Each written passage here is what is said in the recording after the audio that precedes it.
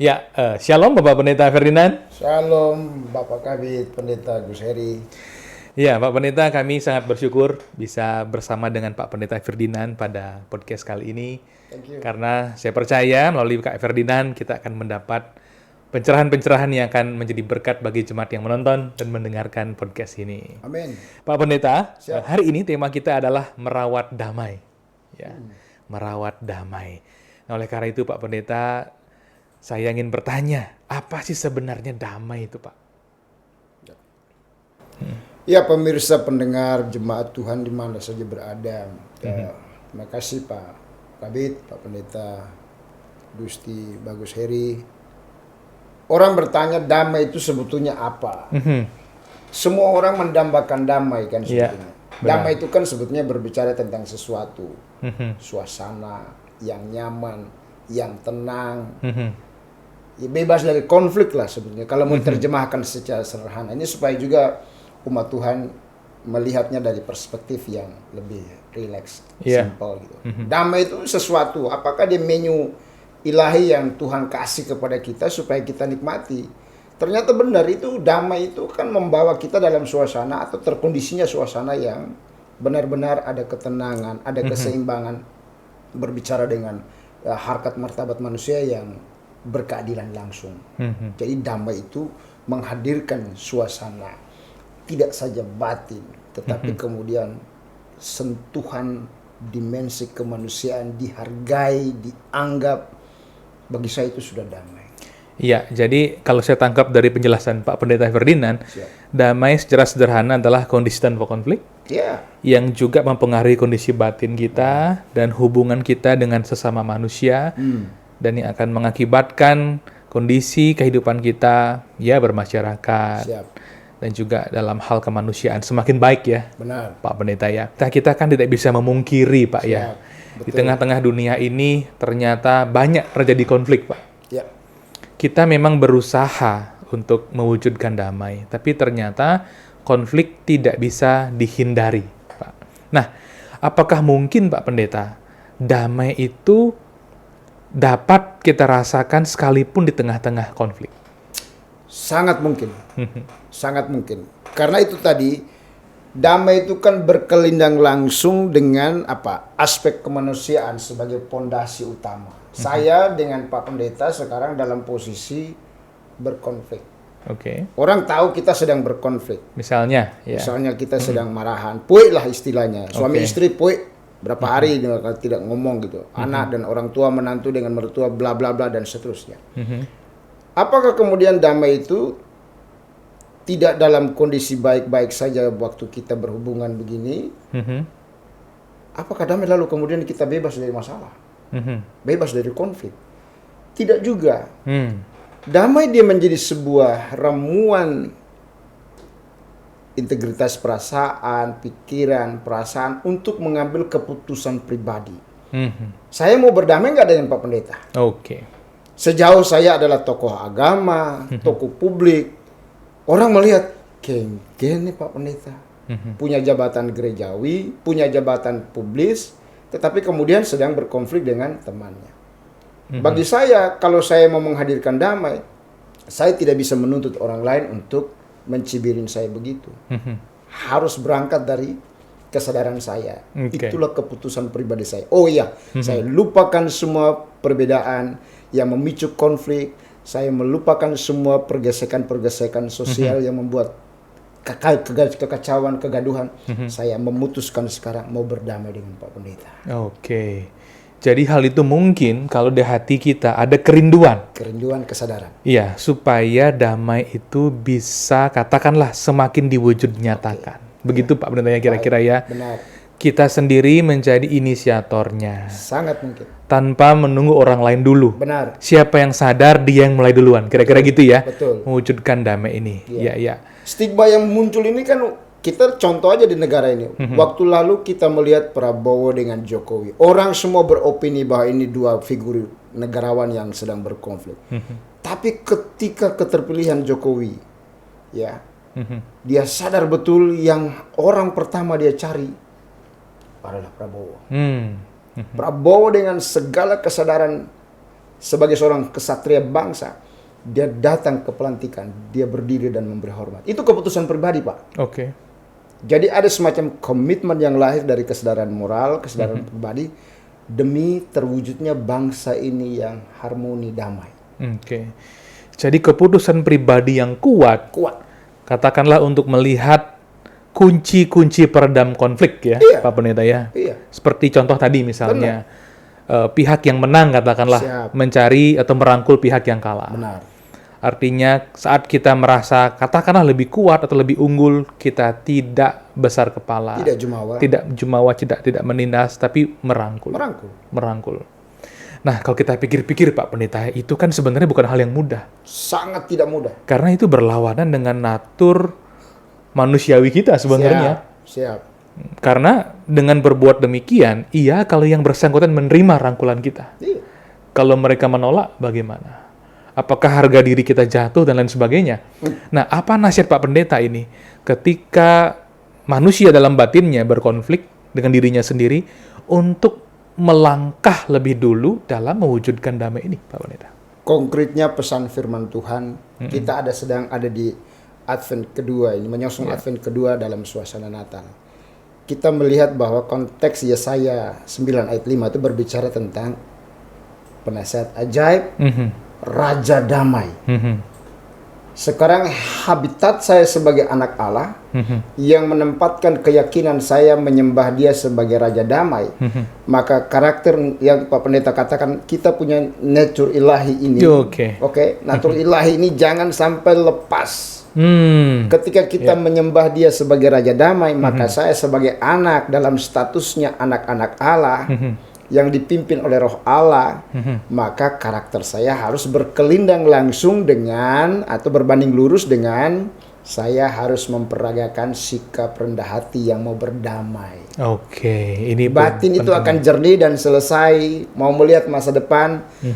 Tatkala kedamaian itu sebagai fondamen pribadi kita. Tidak bisa kita menuntut orang lain, kau harus berdamai dengan mereka. Kalau kita sendiri tidak bisa memulainya, jangan harap menuntut orang lain.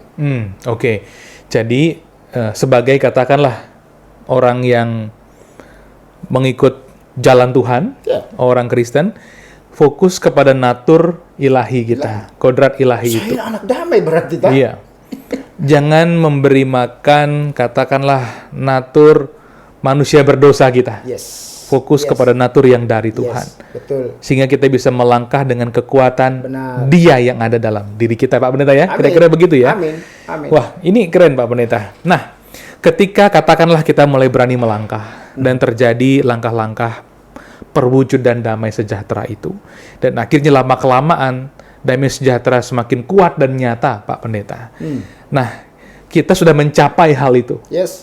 Ketika sudah dicapai kan, pencapaian harus dipertahankan, Pak Pendeta. Karena damai itu mesti dirawat.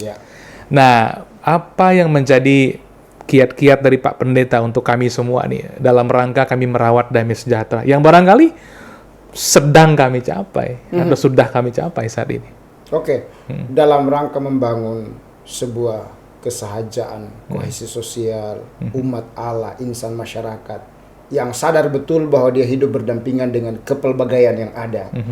Sebagai umat Kristen di mana saja berada, langkah pertama yang harus kita pegang adalah kerendahan hati. Kerendahan hati ya. Yang pertama, kerendahan hati. Jaga dulu itu. Itu salah satu poin. Kerendahan hati kalau sudah ada, langkah kedua adalah mendengar.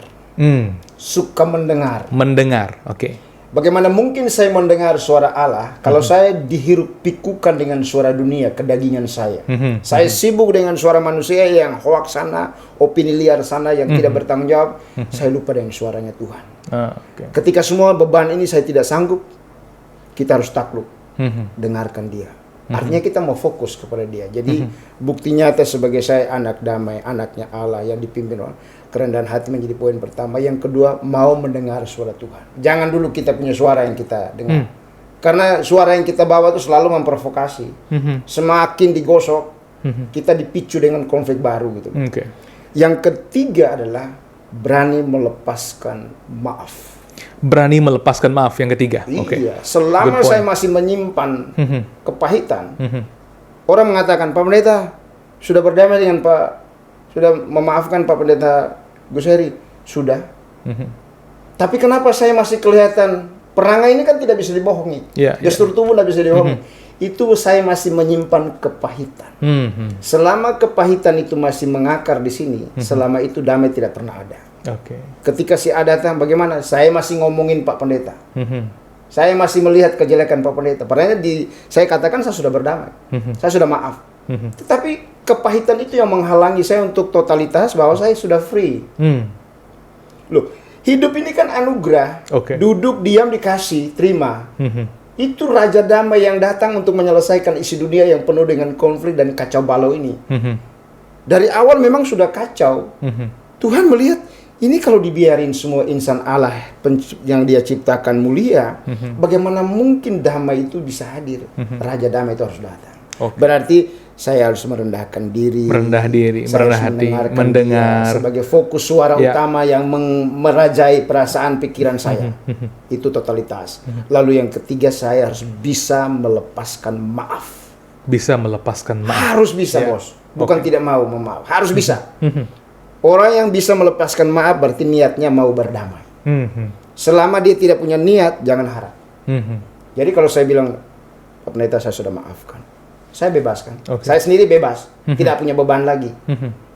Pekerjaan yang ringan menjadi ringan, enteng. Tidak lagi menjadi beban yang berat saya. Gestur tubuh kita langsung rileks. Perangai kita juga yang lahir itu sukacita, damai sejahtera, enjoy, apapun yang kita kerjakan menjadi kemuliaan Tuhan, bukan lagi kita. Ya, nah Pak Pendeta, berarti saya menangkap tadi menjadi rendah hati, bisa mendengar, melepaskan maaf. Itu erat kaitannya dengan hubungan kita dengan Tuhan. Relasi. Kesatuan roh tadi itu ya. Kesatuan roh. Efesus berbicara itu. Mau bersatu enggak? Niat mau bersatu itu hadirkan damai dengan cara 3 aspek tadi ini. Sebagai pilar utama bagi saya. Jadi kalau kita membangun kerohanian kita, hubungan kita dengan Tuhan, itu pasti akan mendorong kita untuk merawat damai sejahtera. Kurang lebih begitu ya Pak Pendeta ya. Pak Pendeta, bayangkan betapa beraninya manusia-manusia kita zaman sekarang. Kita menyembah Raja Damai, kita sudah datang ke rumah Tuhan, kita duduk di sana, mengalami hadirat Allah. Dalam hati saya mengatakan, Bapak Ibu Jemaat, berani sekali kita duduk di hadirat Allah untuk mengalami kepenuhan ilahi. Sementara kita masih menyimpan kedegilan, kepahitan dengan mertua kita, suami kita, tetangga kita, karyawan kita. Tidak boleh dong. Jadi Tuhan pernah menegur kita juga lewat firman-Nya. Waktu you datang bawa persembahan, pulang dulu, berdamai dulu dengan saudaramu. Berarti bentuk penyembahan kita secara totalitas kepada Sang Raja Damai itu beres dulu di belakang. Jangan ada yang mengikuti kita, mengintimidasi kita dengan rasa bersalah, kebencian, akar kepahitan, tidak boleh. Makanya Yesus mengatakan, persembahan yang kamu bawa itu simpan dulu, balik dulu, pulang dulu ke rumahmu, berdamai dulu dengan saudaramu, baru datang bawa itu persembahan. Berarti persembahan, kata dasarnya sembah. Siapa yang kita sembah? Totality dia, Raja Damai itu. Natal ini kan Raja Damai mau datang menyelesaikan kita. Tuhan tahu kok dunia sedang konflik. Dunia yang tempat kita huni sekarang tidak aman-aman saja. Nah, jadi Pak Pendeta, ibadah itu ternyata menjadi puncak ekspresi ya. Ketika kita hidup damai satu dengan yang lain, dan ketika kita beribadah, ibadah kita puncak ekspresi damai itu. Nikmat persekutuannya berbeda sekali. Kalau kita memelihara damai, ibadah kita indah. Indah di mata Tuhan, juga bermakna di hati kita. Wah, itu indah sekali ya. Itu. Nah, kita tentu rindu seluruh jemaat bisa mengalami hal itu. Nah, siapa orang kuncinya ini Pak Pendeta? Apakah leaders, para pemimpin, atau sebenarnya semua orang? Secara lembaga keumatan, organisasi, memang kita butuh leader. Leaders dulu ya. Leader. Contoh dia menjadi teladan kita. Karena Tuhan menempatkan kita sebagai kepala rumah tangga jemaat. Bagaimana kita mengelola jemaat secara elegan. Sehingga orang juga melihat sebagai kepujian. Oh, dia merupakan soko guru. Ya, guru itu kan apa? Kalau di sekolah berarti kan di dunia pendidikan kan guru atau dosen. Guru yang utama kan guru. Yang sering kita lihat guru. yang digugu dan Tiru. Iya. Yang digugu dan ditiru. Berarti tuntutan pertama adalah setiap pimpinan umat, pimpinan lembaga, ikutannya kita mulai dari skop yang kecil, keluarga kita. Siapa di situ? Ya kepala keluarga harus menjadi figur yang benar-benar menjadi teladan bagi anggota keluarga. Keluar sedikit gereja, melebar sedikit masyarakat, melebar sedikit bangsa. Keluarga yang kuat melahirkan gereja yang kuat. Gereja yang kuat melahirkan bangsa yang sehat dan kuat dan besar. Jadi kalau kita mau bilang kita sebagai kerabat Allah, kita harus punya nilai martabat yang tidak boleh dilecehkan begitu saja. Jadi kekuatan kita adalah kembali kepada waktu kita lihat figur kita, tuntunan kita, maka mau tidak mau berbanding lurus kembali kepada semua insan Allah. Harus juga bisa menjadi pelaku alat peraga damai itu sendiri. Kadang-kadang kan kita lupa, kita sering menuntut, tapi lupa untuk mengintrospeksi diri. Bagaimana mungkin saya sudah lihat panutan saya, pimpinan saya sudah oke, lalu kita menjadi kacau balau. Kan juga tidak bagus, tidak sehat. Nah, saya melihat tadi penjelasan Pak Pendeta bahwa bagaimanapun memang mulai dari leadersnya, selaku orang tua rohani, yang digugu, yang ditiru, selaku guru ya. Itu yang menjadi katakanlah tokoh utama, tetapi sebagai warga jemaat katakanlah juga kita tidak boleh lupa mengintrospeksi diri. Idealnya leaders memulai, jemaat bisa melihat teladan. Tapi kalau ada yang disfungsi nih, leaders misalnya disfungsi, jemaat juga tidak boleh ikut-ikutan seperti itu. Tapi artinya tetap introspeksi diri, wujudkanlah. Saya jadi ingat begini Pak Pendeta. Seandainya ada kendaraan 4 roda nih, satu roda mengalami gangguan, sepertinya masih bisa berjalan dengan 3 roda untuk ke bengkel. Tapi kalau yang satu roda lagi ngambek dengan berkata, wah itu dia disfungsi, saya juga ikut disfungsi. Yang lain bilang, saya juga mau disfungsi, saya juga mau disfungsi. Akhirnya tidak sampai di bengkel, kan begitu Pak ya. Jadi kalau bisa kita sama-sama, itu lebih indah. Leaders dan warganya dan jemaatnya. Tapi kalau ada yang disfungsi, kita jangan ikut-ikutan disfungsi. Kita harus ambil bagian kita untuk mewujudkan damai sejahtera itu tadi. Nah, Pak Pendeta, kita hidup di muka bumi ini kan sementara ya. Seperti ya kita semua tentu tahu. Di bumi, katakanlah yang tidak sempurna ini, kita mewujudkan damai sejahtera. Merawat damai sejahtera tadi. Nah, namun di dalam Alkitab dikatakan kita mencari kota yang akan datang. Kita hidup di kota yang sementara saat ini, tapi kita mencari kota yang akan datang. Kota yang akan datang yang katanya kota damai itu kota apa sih sebenarnya, Pak Pendeta? Ikutannya dari 3 aspek tadi yang saya katakan, kerendahan hati, mendengar suara Tuhan sebagai fokus kita yang utama, lalu bisa memaafkan. Ikutan berikutnya adalah untuk mencapai itu kan kolaborasi. Tadi Pak minta supaya siapa satunya yang memulai. Saya bilang leader harus berkolaborasi dengan umatnya supaya juga kemudian kita. Nah dalam kerangka itu semua sebetulnya akan bermuara dengan apa yang Ibrani 13:14 katakan. Kita ini sedang ada di kota yang tidak aman-aman saja.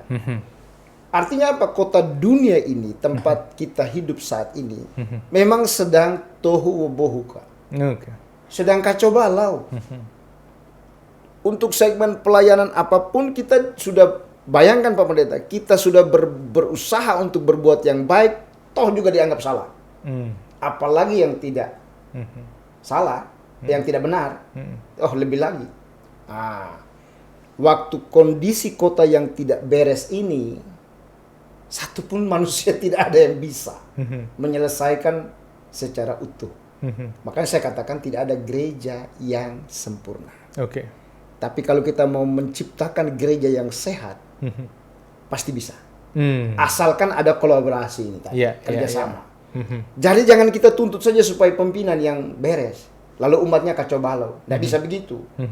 Jadi kolaborasi itu penting agar skup kota keluarga kita, kota jemaat kita, kota masyarakat kita tercipta harmonisasi kohesi sosial yang baik. Maka upaya-upaya yang terbangun saat ini kita menciptakan nilai kebajikan, Ya, oh ternyata upaya manusia terbatas. Upaya manusia yang terbatas ini Tuhan menjanjikan. Jadi damai itu berbicara dengan sebuah pengharapan baru. Oke. Harapan apa?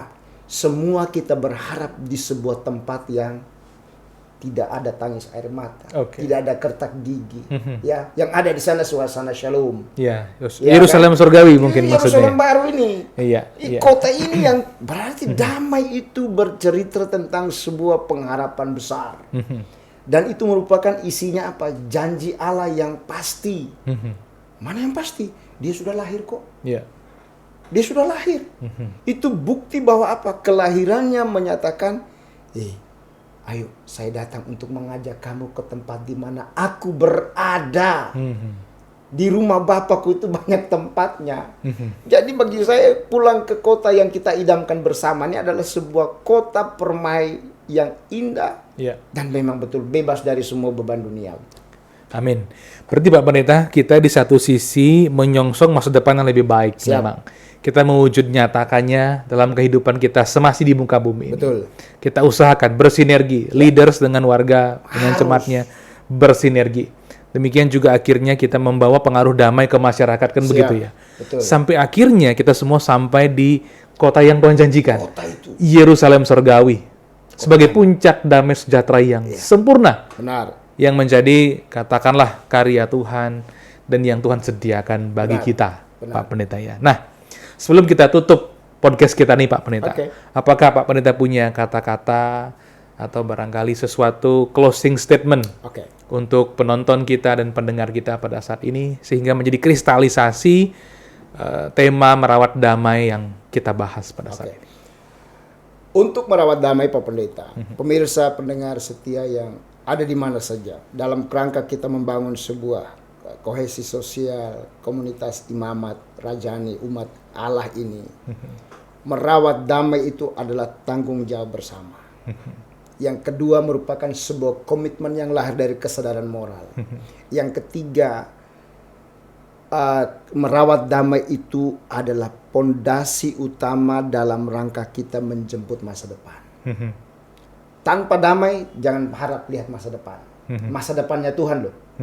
Aku merancangkan kepada kamu itu bukan rancangan kecelakaan, tapi rancangan damai sejahtera yang penuh pengharapan. Ini kan janji yang tidak bisa kita batalkan. Kata-kata itu kan kata-kata ilahi yang harus benar-benar kita imani. Nah, berarti sekarang mari kita berangkat. Siapa partisipan pelaku? Kita adalah alat peraga damai sejahtera Allah. Tanpa kita, jangan harap kondisi sosial kita bisa harmoni. Kita sendiri adalah alat peraganya Tuhan. Tidak ada yang disebut sebagai partisipan yang pasif. Kita adalah partisipan damai sejahtera yang aktif, proaktif. Kita tidak menunggu. Artinya jemaat Tuhan, warga gereja tidak ada yang berpangku tangan. Semua turut ambil bagian dalam segmen layanan apapun bentuknya untuk mendatangkan damai sejahtera Allah. Di bagian ini saja IT ini, kalau Pak Pendeta dan saya hadir sekarang, ayo kita bicara tanpa Marta. Marta itu adalah yang punya kompetensi di bidang IT dan ini. Kolaborasi ini penting. Kerjasama itu penting. Dia akan berfungsi secara efektif, elemen-elemen layanan kita semua, karena ada sebuah peragaan yang harmoni. Hari ini saya berpakaian adat Bali, padahal saya orang Timor. Kalau saya tolak ini adat, saya pakai, saya punya, sombong sekali. Harusnya saya pakai kontekstual, saya orang Bali nih. Ya, natur saya betul, natur Timur, tapi DNA saya DNA Kristus Raja Damai. Kita semua sudah teralirkan nature ilahi, nature damai. Semua orang mendambakan damai itu. Mari kita rawat baik-baik dengan 3 aspek tadi. Rendah hatilah kita. Mendengarlah kita suara Tuhan. Lalu kemudian mari kita saling memaafkan. Karena damai juga bukan berarti tidak adanya konflik. Konflik tetap ada. Tetapi selama kita berusaha untuk merawat dia dengan menyelesaikan, buka ruang-ruang dialog. Kepelbagaian, keperbedaan itu ada. Jangan dilihat sebagai sebuah tantangan yang menjerumuskan kita kepada kehancuran, menggesekkan kita untuk semakin berkonflik. Tetapi perbedaan yang ada adalah sebuah keindahan ilahi. Itulah taman kehidupan menuju ke kota baru nanti. Kalau saya statementnya begitu, biarlah semua pemirsa yang mendengar, jemaat Tuhan, di mana saja berada, terberkati apapun yang sudah tersaji pada saat ini. Sambut dia Raja Damai yang sebentar lagi kelahirannya kita akan ejawantakan lewat sebuah ugahari. Sederhana saja. Jangan bikin Natal yang terlalu hiruk pikuk. Orang akhirnya lihat, gereja ini nampaknya 100 ekor tapi makan sendiri. Ujung-ujungnya penyakit. Nggak boleh juga begitu.